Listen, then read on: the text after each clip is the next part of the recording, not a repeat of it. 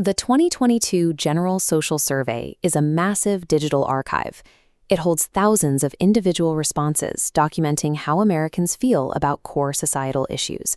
But opening the dataset doesn't immediately provide a clear picture. Raw survey data is chaotic, an overwhelming matrix of missing codes and uncooperative numbers. You cannot just click Run and expect a clear result.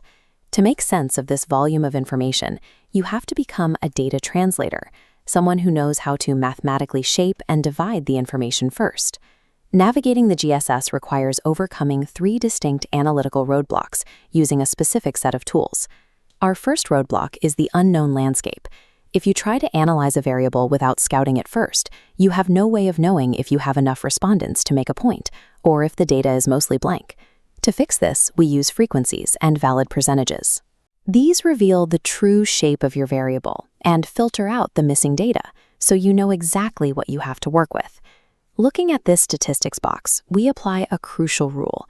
Keep your survey weights off to find the raw, unweighted sample size.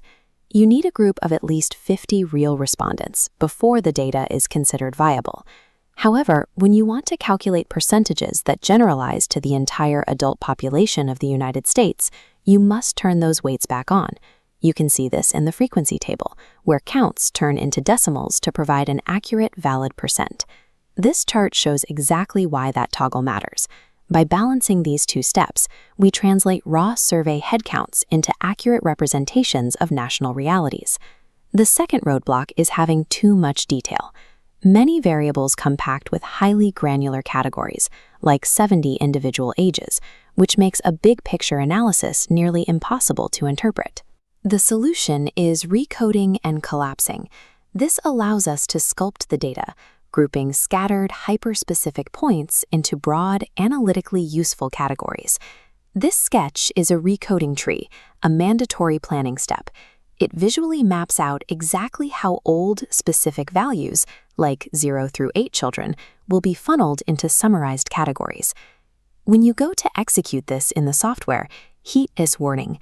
Never use the recode into same variable function. Doing so permanently overwrites and destroys your original data. This dialog box shows the correct procedure. Always use recode into different variables. This safely converts your old data into a brand new column without losing the original source. By cutting out the unnecessary noise, recoding lets you focus your analytical lens on the categories that actually drive your research. Our third roadblock is hidden differences.